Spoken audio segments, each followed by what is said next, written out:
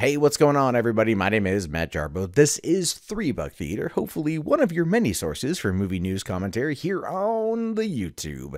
And today I'm going to be talking about this article I came across on comicbookresources.com, all about the future of the X-Men films and how they're not going to focus on the Xavier Magneto dynamic any further, which is it's totally understandable, to be fair. They have spent a great deal of films on this dynamic. The first 3 X-Men movies, the second trilogy of X-Men movies, there's a lot of movies about these 2 particular characters, and that's fine, all well and good. They're both fantastic, amazing characters played by fantastic, amazing actors, but with Logan having just come out and everything that happens in that, you can kind of see why they're ready to move on to something else.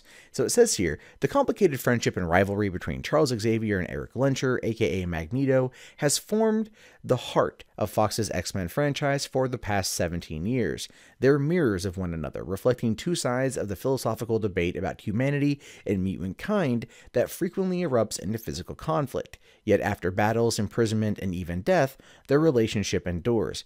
And just that sentence right there, or that paragraph over the article, it really does solidify everything from the past 17 years involving Patrick Stewart, Ian McKellen, and Xavier and Magneto. It really does. Like, these are 2 opposites of the same coin, and you get to the end of the first movie and they have a Magneto in the plastic prison and Charles still goes to play chess with him.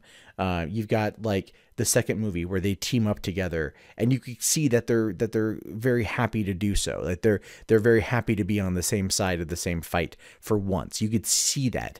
And then in the third movie, when Patrick Stewart or Charles Xavier dies, and then you get to the end of the film and Magneto is playing chess by himself, in the park, and he's beaten because he's missing his friend and his brother, and so there's a lot of heart and emotion with those films and those characters. And given the fact that Patrick Stewart has said that he after Logan, that he's not coming back to the role. After seeing the movie, I fully understand. Although, again, this is comic books, this is comic movies, never say never, anything can possibly happen. But this article does go on to say, however, as the studio moves beyond the acclaimed Logan and the widely criticized X-Men Apocalypse, it will move away from the series-defining friendship. We cannot once again explore the Eric Charles dynamic, longtime franchise producer Laura Schuler-Donner told Vanity Fair, adding that the new approach is both liberating and makes me nervous. It's mostly liberating. While the 2 characters remain essential to the world of X-Men, she conceded, there are other stories to tell. And you know what? That's true. And that is fair. And that is what should have been done from the beginning, is to have an exit plan. I don't believe that when they produced X-Men in 2000 that they knew what they were doing. They went to Bryan Singer. He made this fantastic, amazing movie that told the story of mutants being, people being prejudiced against them, and effectively racism, and a lot of what Stan Lee and company were working on in the original. But the key standout from that was Wolverine. Everyone loved Wolverine. More so than any other character in that movie. And it just kind of set Marvel down the path, or at least the Fox's Marvel films down the path that they went on. But there were so many other great things about them. The Eric Charles dynamic definitely worked. But when they brought it back for X-Men First Class, Days of Future Past, and X-Men Apocalypse, the last movie definitely didn't really seem to there was problems there. See, that's what I don't understand either. And this is more of a kind of a side tangent. X-Men Days of Future Past was not a perfect film, but it was a very good movie.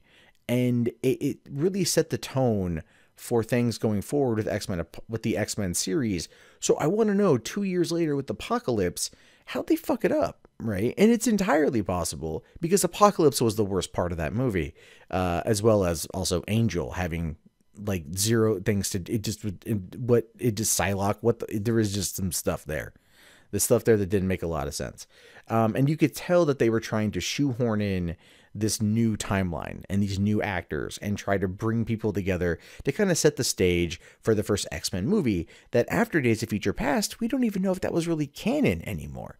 So again, that's one of those elements that that kind of ties into where they went with X-Men Apocalypse. I think they wrote themselves into a corner with X-Men Days of Future Past, and they didn't know what to do about it. And that's where they just kind of, okay, we'll tell this Apocalypse story, hopefully we'll be good, and it just wasn't. So they realize where they've made those mistakes, and now they want to move on to other characters. The rest of this article doesn't really seem to talk much about that. They are doing apparently a soft reboot of the X-Men series, tentatively titled X-Men Supernova. And there's also the X-Men The New Mutants that's expected to begin filming in Montreal in April, which again makes sense. So New Mutants are kind of like unknown characters. I don't know much about them personally. But that will be good to tell an origin story that will be, you know, allow them to build another franchise off of that. Okay. Cause like I said, you know, Wolverine was the key to everything. I mean, there's a reason why Wolverine has, you know, Hugh Jackman has had cameos, I'm air quoting that, in 10 of the films that they've done, including the, you know, little kind of brief nod to him in Deadpool from last year. So there's a lot that's going on with these films that they need to reevaluate. And honestly, moving away from the Charles Eric dynamic is probably going to be really good. I did hear rumors that James McAvoy is going to be playing Charles Xavier a bit more. As far as I know, he still hasn't like grown his hair back out again, so that if he's keeping it bald, he's keeping it for that reason.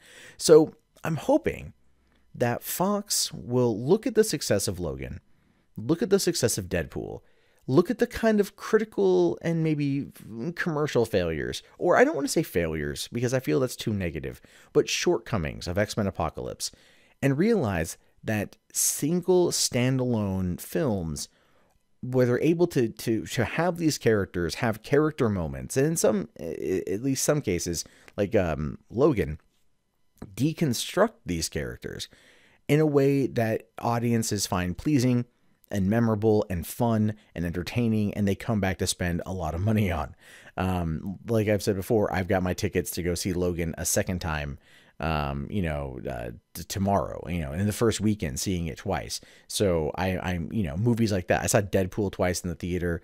I bought the Blu-ray the day it came out, watched it multiple times. It's a good movie. Logan's a good movie, and I want them to make more things like that. And honestly, though, if they're going to try something like that, here's what I think they should do. They need to drop the ensemble. All right. Like New Mutants is an ensemble. Supernova is going to be an ensemble. Fine. Have your Avengers-like team-up films. But don't discount the individual character stories that people love.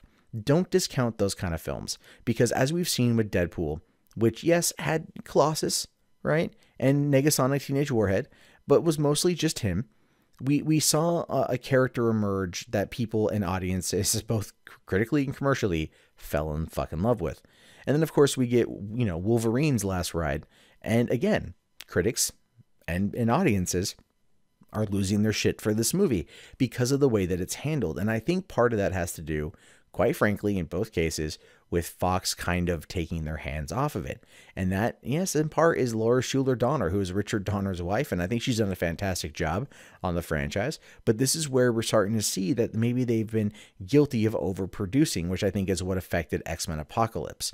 So it might be time for them to start maybe focusing less on these larger than life ensemble films, still doing them every so often, but focusing more on films like Deadpool and Logan, and even the Wolverine. The Wolverine was very much a character-driven film, and I felt that James Mangold did a great job on that as well. I loved the Wolverine back in 2013. Logan is a far superior film, but that's not to discount the credits of the Wolverine, or the merits, I should say.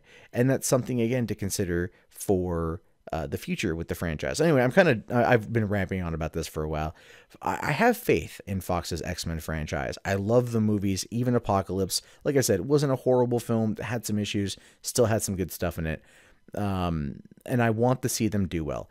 FX's Legion, good show. The new X-Men series coming to TV that I do believe will tie into this is also good. What they need to do now is lock down a timeline.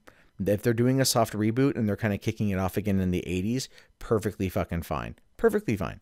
Have the TV show set in the same time period, have characters go between the different films, basically beat Marvel at their own game. And that's what they need to do.